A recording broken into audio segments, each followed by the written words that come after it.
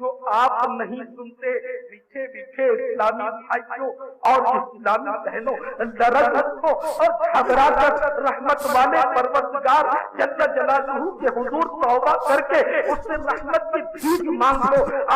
وہ نازک بندہ جس کی آنکھ میں معمولی غبار پڑ جائے تو بے قرار ہو کر بھیج جائے، اگر لال مرچ کا ذرہ پڑ جائے تو تڑپ اٹھے، اپنی ہی انگلی لگ جائے تو مل ملا جائے۔ ہائے مسلمانوں، وہ نازک آنکھ جو نہ دھواں برداشت کر سکے، نہ پیاز کاٹتے وقت اٹھتے ہوئے بخارات سہ سکے، اگر غیر عورتوں کو دیکھنے کے سبب یا لذت کے ساتھ امردوں کو دیکھنے کے سبب یا ٹی وی اور VCR پر فلموں بن کے خبریں سنانے والی عورتوں، اخبارات میں فلمی اشتہارات، عورتوں کی تصویریں، سوئمنگ پول، ساحل سمندر یا نہروں میں تیرنے والوں، کھلاڑیوں، ورزش کرنے والوں، کشتی لڑنے والوں، باکسنگ کرنے والوں یا کبڈی کھیلنے والوں کے پھولے ہوئے گھٹنے یا پھولی ہوئی رانوں کو دیکھنے کے اس حرام جرم میں اگر آنکھوں میں تیر ٹھوک دیے گئے تو کیا کرو گے؟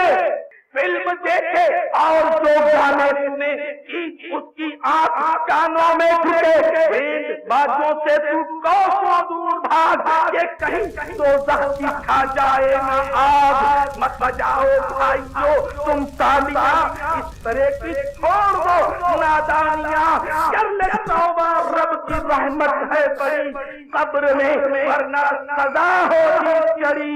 گناہوں سے مجھ کو بچایا الہی، بری عادتیں بھی چھڑایا الہی، بری عادتیں